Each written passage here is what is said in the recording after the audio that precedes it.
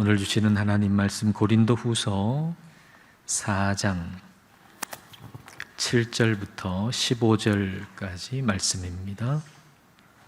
우리 한 절씩 봉독하겠습니다.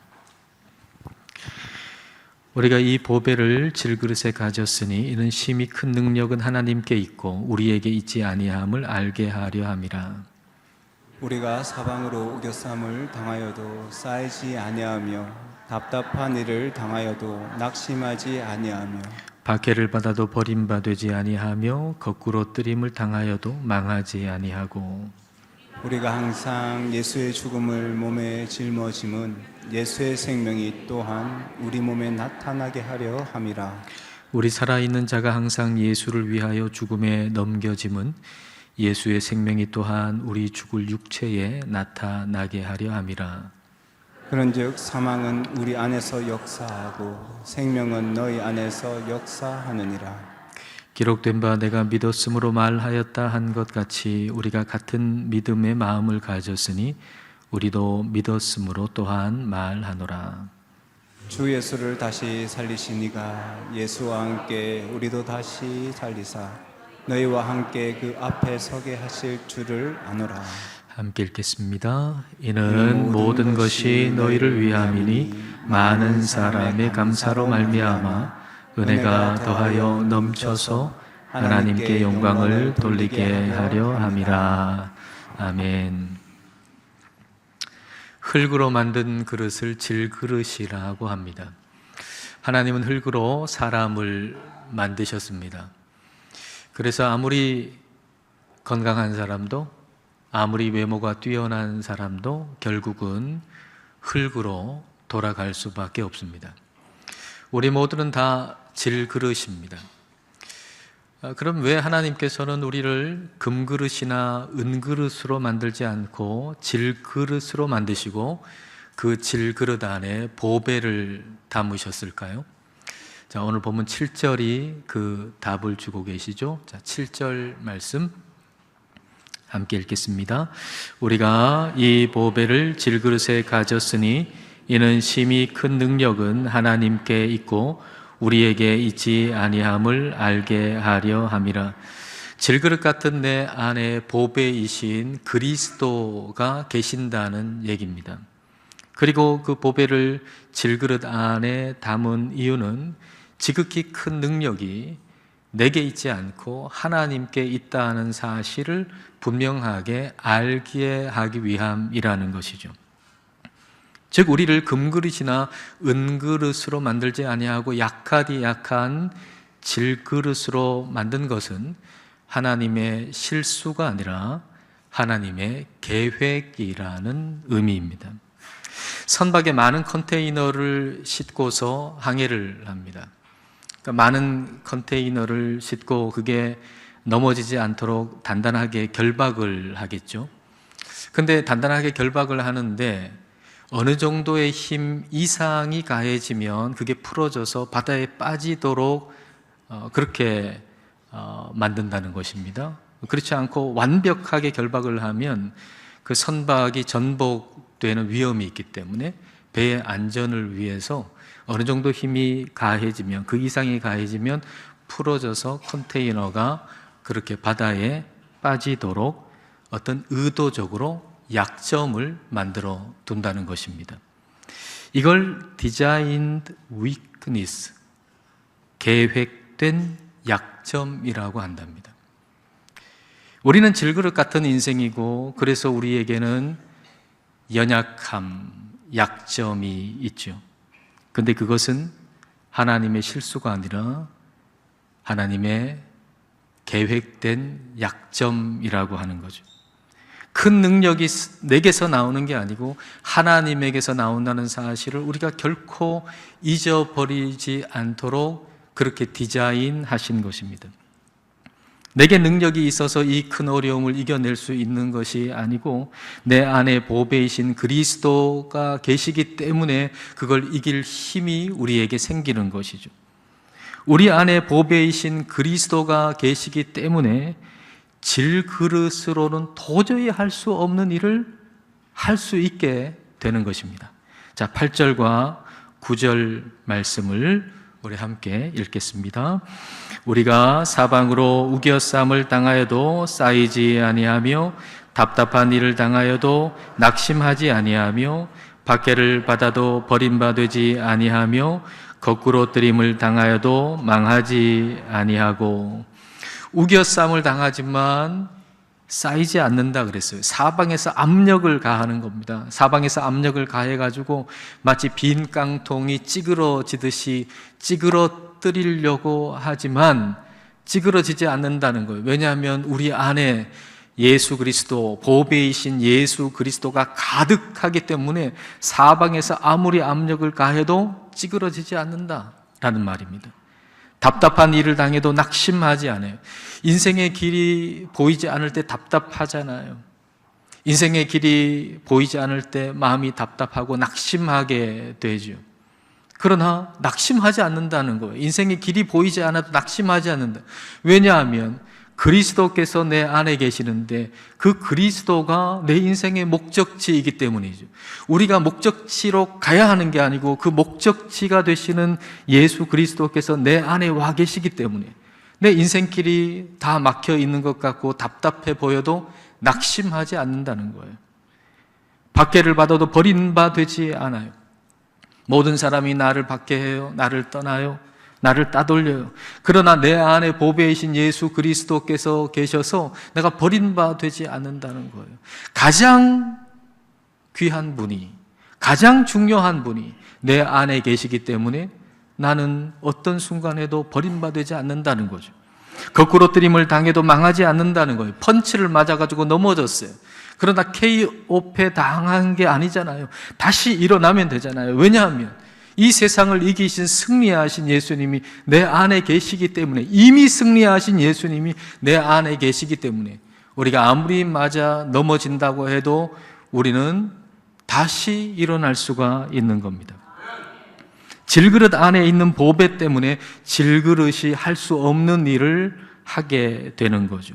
그로 인해서 질그릇 안에 있는 보배이신 그리스도가 드러나는 겁니다. 아무리 때려도 다시 일어나니까 저거 뭐야? 할 거 아닙니까? 아니, 세상 사람들은 이 정도 때리면 넘어지고 끝나야 되는데 아무리 때려도 다시 일어나니 저거 뭐지? 라고 생각할 수밖에 없잖아요. 아무리 낙심되게 만들려고 하는데 낙심하지 않고 소망을 가지고 살아간단 말입니다. 그러니까 저거 뭐지? 그럴 거 아닙니까? 아니, 세상 사람들은 그 정도 되면 낙심하고 끝낼 것 같은데, 아니, 매일매일 소망을 가지고 살아가니 저 사람 뭐야? 그럴 거 아니에요. 그럴 때 그 사람들에게 그 질그릇 안에 있는 게 뭔지, 질그릇 안에 있는 보배가 있구나. 아, 뭔가 있구나, 저 사람 안에. 그걸 보게 된다는 것이죠. 우리가 질그릇이기 때문에 받는 그 푸대접을 통해서 오히려 우리 질그릇 안에 있는 그리스도, 보배이신 그리스도가 드러난다는 거예요. 질그릇이라고 막 함부로 대하고 막 대하고 막 흔들었는데 그로 말미암아서 그 안에, 질그릇 안에 있는 그리스도가 바깥으로 쏟아져 나오는 것이죠. 자, 10절과 11절입니다.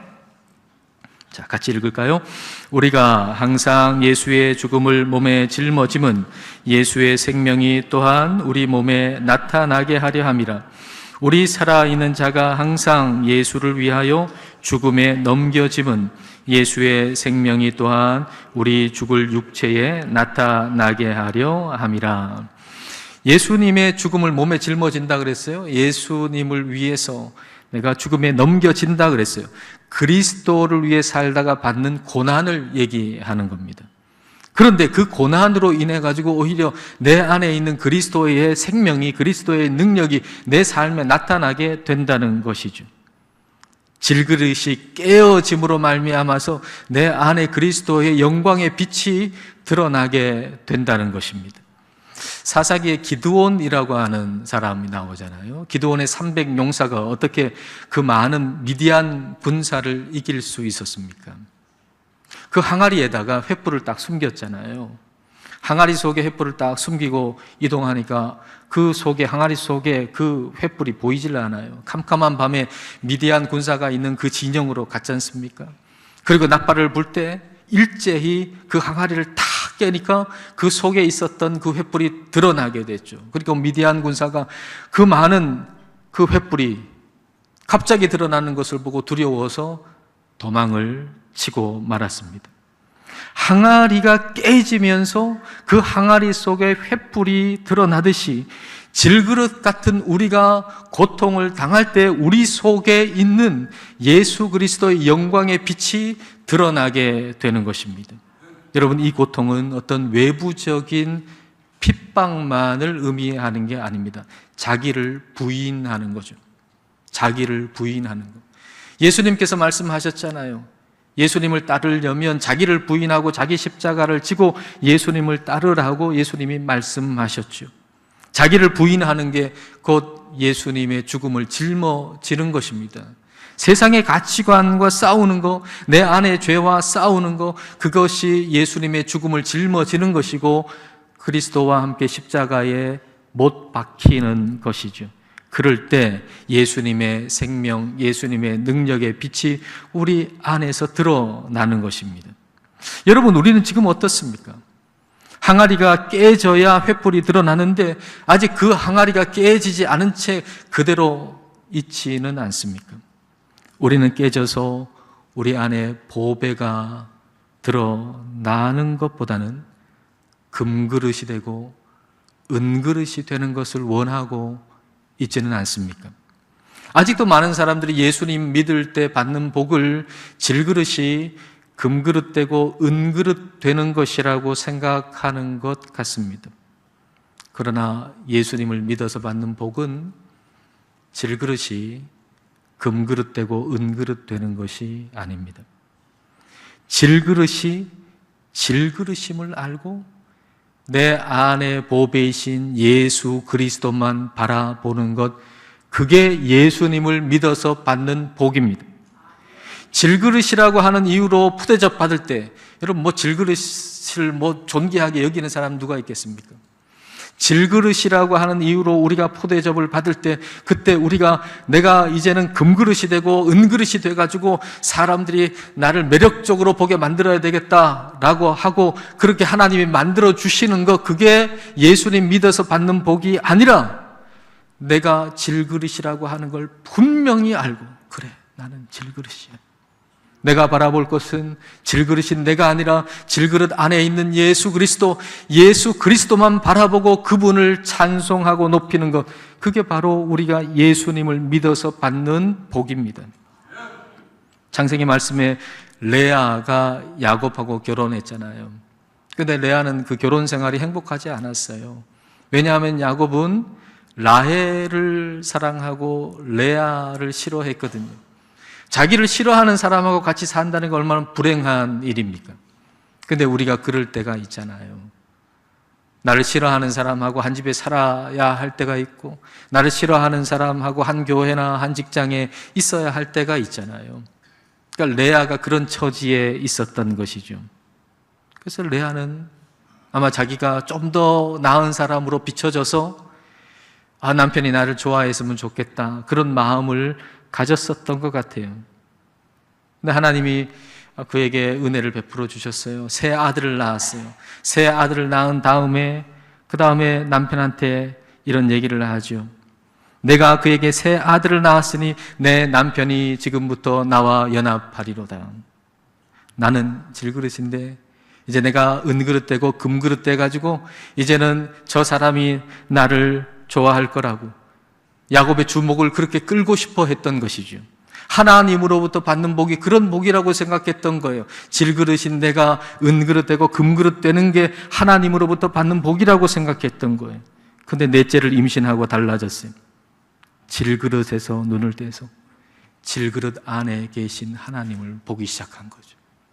그리고 하나님을 찬송하기 시작한 것입니다. 창세기 29장 35절 말씀, 자, 같이 읽어볼까요?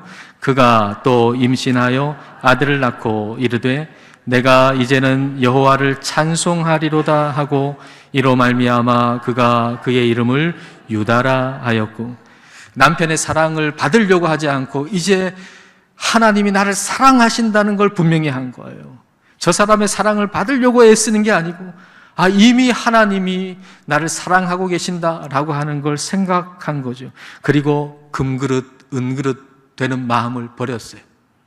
오히려 내가 질그릇이라고 하는 사실을 깨닫고 내 안에 계신 하나님을 바라보고 하나님을 찬송하기 시작한 거죠. 그렇게 태어난 유다를 통해서 우리 예수 그리스도께서 그 지파에서 태어나셨잖아요. 우리가 예수님을 믿음으로 받는 고통은 다른 게 아니고요, 은그릇, 금그릇 되려는 마음을 내려놓는 거예요. 우리가 예수님 믿어가지고 받는 고통은요, 이 세상에 있을 때 우리 바람은 뭔가요? 금그릇 되고 은그릇 되는 거 아닙니까? 그런데 똑같이 예수님 믿고 똑같은 걸 바라고 금그릇 되고 은그릇 되려고 하는 게 아니라, 예수님 믿어서 우리가 받는 고통은 뭐냐 하면 이제는 더 이상 금그릇 되고 은그릇 되려고 하는 그 마음을 내려놓는 거예요. 우리가 질그릇이라고 하는 걸 인정하는 거죠. 오직 위대하신 분은 하나님밖에 없다는 걸 인정하는 거예요. 내가 깨지는 고통이 우리에게 있어야 한다는 거예요. 내가 깨지는 고통, 이게 예수님 믿는 우리에게 있어야 한다는 거예요. 그럴 때 우리를 통해서 그리스도의 생명이 흘러가는 겁니다. 그럴 때 우리를 통해서 다른 사람이 그리스도의 생명을 얻게 되는 것입니다. 자, 12절 말씀 보십시오. 자, 같이 읽겠습니다. 그런즉 사망은 우리 안에서 역사하고 생명은 너희 안에서 역사하느니라. 우리가 그리스도를 위해서 고난을 당함으로 인해서 너희가 그리스도의 생명을 얻게 됐다, 그런 얘기입니다. 바울이 고난 당함으로 말미암아서 고린도에 있는 사람들이 그리스도의 생명을 얻게 되고 구원을 받게 됐다, 그 말입니다. 그런데 고린도 교회의 성도들 가운데 일부는 그 거짓 교사들에게 동조해서 바울을 좀 열등한 사람으로 생각했습니다. 아니, 예수님 믿으면 안 풀렸던 것도 술술 풀리고, 그리고 승진하고 성공하고 좋지 않았던 건강도 좋아지고 그래야 되는 거 아니야?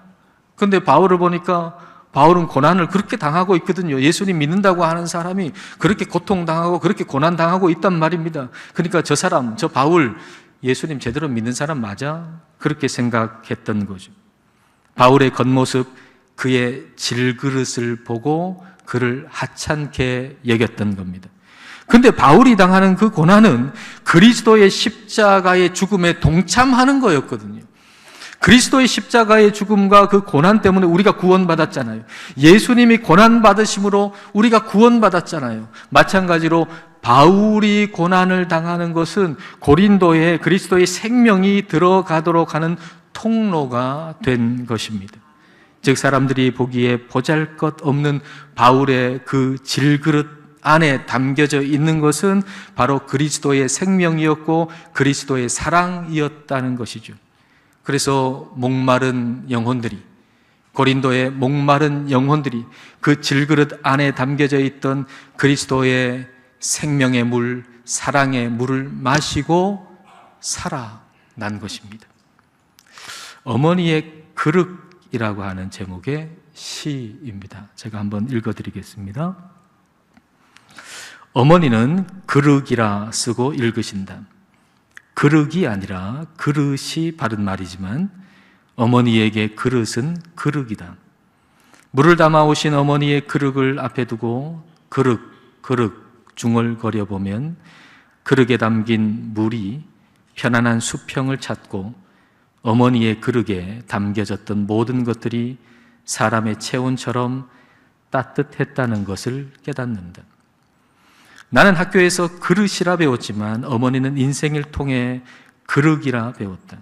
그래서 내가 담는 한 그릇의 물과 어머니가 담는 한 그릇의 물은 다르다. 말 하나가 살아남아 빛나기 위해서는 말과 하나가 되는 사랑이 있어야 하는데 어머니는 어머니의 삶을 통해 말을 만드셨고 나는 사전을 통해 쉽게 말을 찾았다. 무릇 시인이라면 하찮은 것들의 이름이라도 뜨겁게 살아있도록 불러주어야 하는데 두툼한 개정판 국어사전을 자랑처럼 옆에 두고 서정시를 쓰는 내가 부끄러워진다. 엄마의 그릇에는 사랑이 담겨 있는데 내 그릇에는 사랑이 담겨져 있지 않다는 거죠. 바울의 그릇에는 그리스도의 사랑이 담겨져 있는데 오늘 저와 여러분의 그릇에는 사랑이 담겨져 있지 않은 것 같습니다. 그것은 아마도 우리가 자꾸 은그릇이 되고 금그릇이 되려고 하기 때문일 것입니다. 내 그릇 자체를 뽐내고 싶어 하기 때문일 것입니다. 바울은 고통을 받음으로 그 질그릇이 깨져서 그리스도의 영광의 빛이 드러났습니다. 그러나 우리는 금그릇이 안 되고 은그릇이 안 된다고 고통스러워하고 있는 거죠. 바울의 고난과 우리의 고난이 다른 거예요. 여러분이 지금 당하고 있는 고난, 그 고난은 뭔가요? 내가 은그릇이 되지는 못하고 금그릇이 되지 못하는 것 때문에 당하는 고통 아닙니까?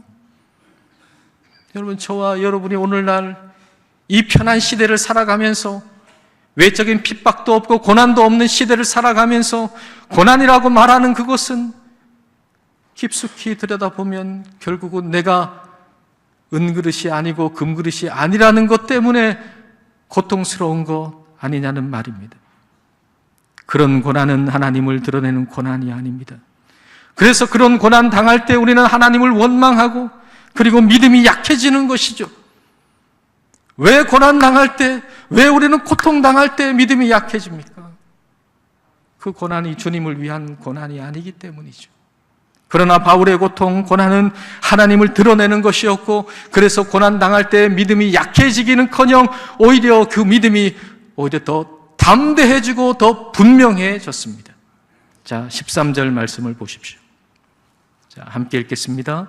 기록된 바 내가 믿었으므로 말하였다 한 것 같이 우리가 같은 믿음의 마음을 가졌으니 우리도 믿었으므로 또한 말하노라. 기록된 바, 어디 기록되어 있다는 거죠?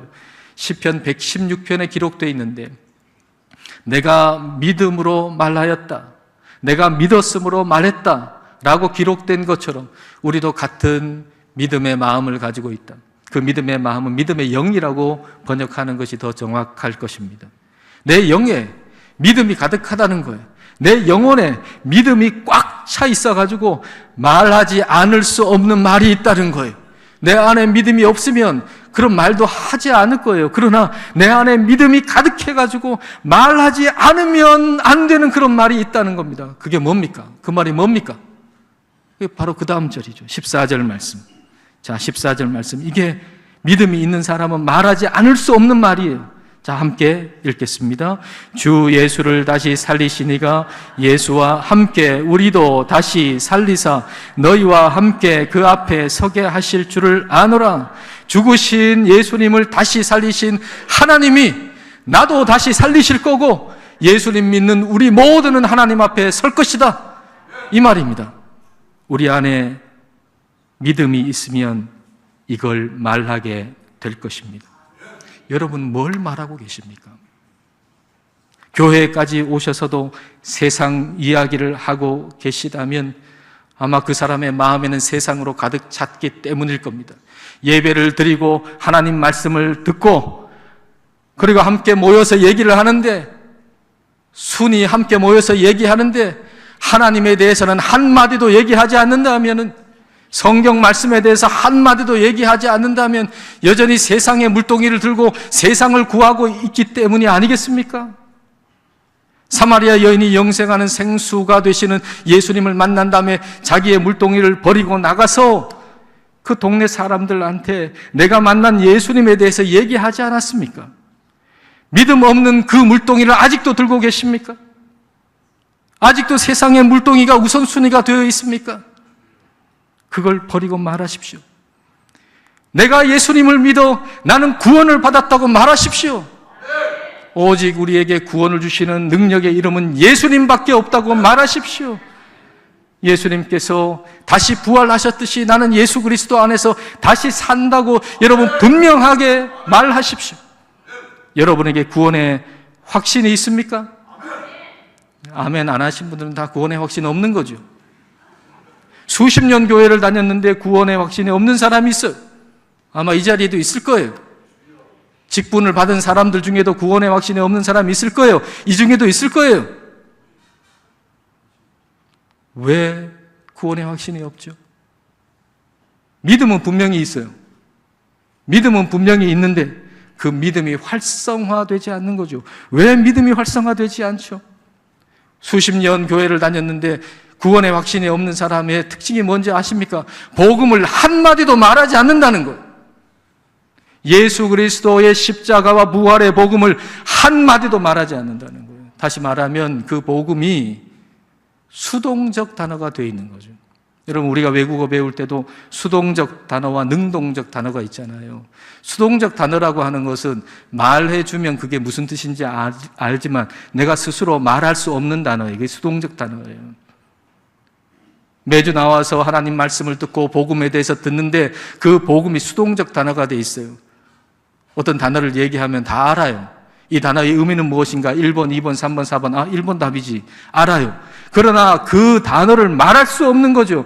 여러분, 복음이 이제는 여러분에게 능동적 단어가 되셔야 합니다. 그 단어를 들었을 때 아는 정도가 아니고 그걸 말할 수 있어야 한다는 것입니다. 그러면 이제는 말해야 돼요. 아직 용기가 없는 사람은 사람들한테, 다른 사람들한테 말할 수 있는 용기가 없다면 천사에게라도 말하세요.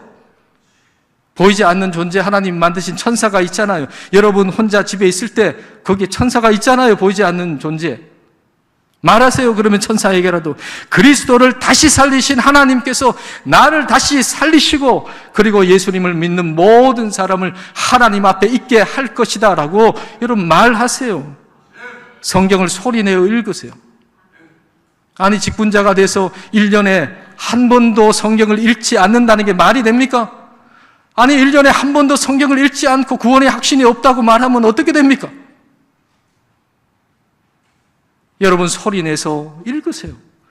성경을 매일매일 빠지지 말고, 여러분 숨도 매일매일 쉬시잖아요.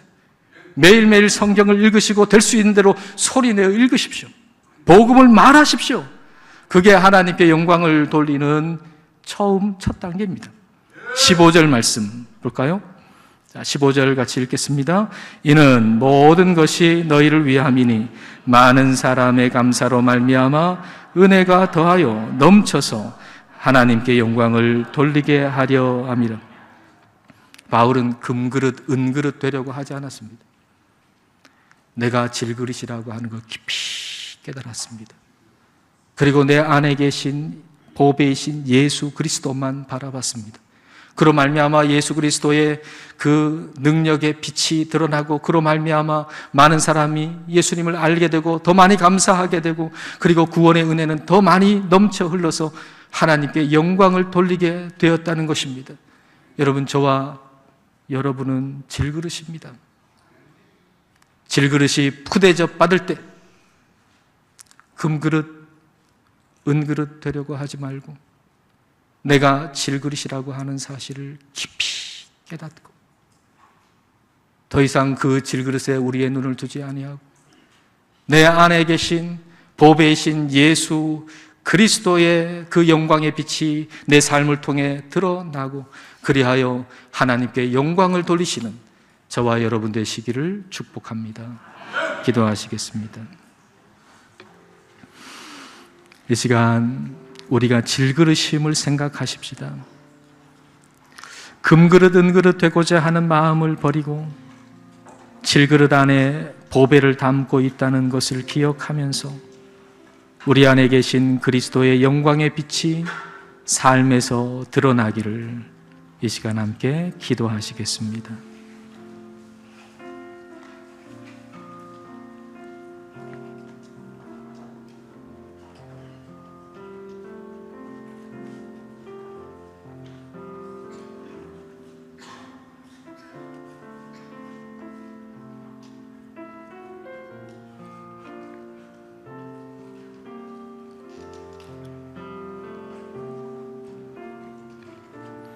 하나님 아버지, 우리를 질그릇으로 만드시고 우리 안에 보배이신 그리스도를 담아주셔서 지극히 큰 능력은 우리에게 있지 않고 하나님께 있음을 알게 해주셔서 감사드립니다.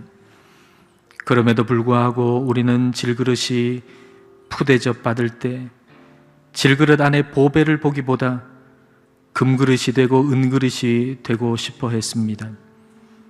우리가 받는 고난은 질그릇이 깨지는 고난이고 그 고난으로 질그릇 안에 있는 그리스도의 영광의 빛이 드러나는 것이어야 하건만 금그릇이 되지 못하고 은그릇이 되지 못하는 것이 우리의 고통이 되어 우리의 고통과 고난은 믿음을 가리는 것이 되고 말았습니다. 성령님, 우리가 질그릇임을 더 분명히 깨닫게 하옵소서. 그리하여 질그릇이 아닌 질그릇 안에 있는 그리스도만 바라보게 하옵소서. 질그릇 안에 있는 그리스도의 영광의 빛이 더 드러나 하나님께 영광을 돌리게 하옵소서. 예수님 이름으로 기도드립니다. 아멘.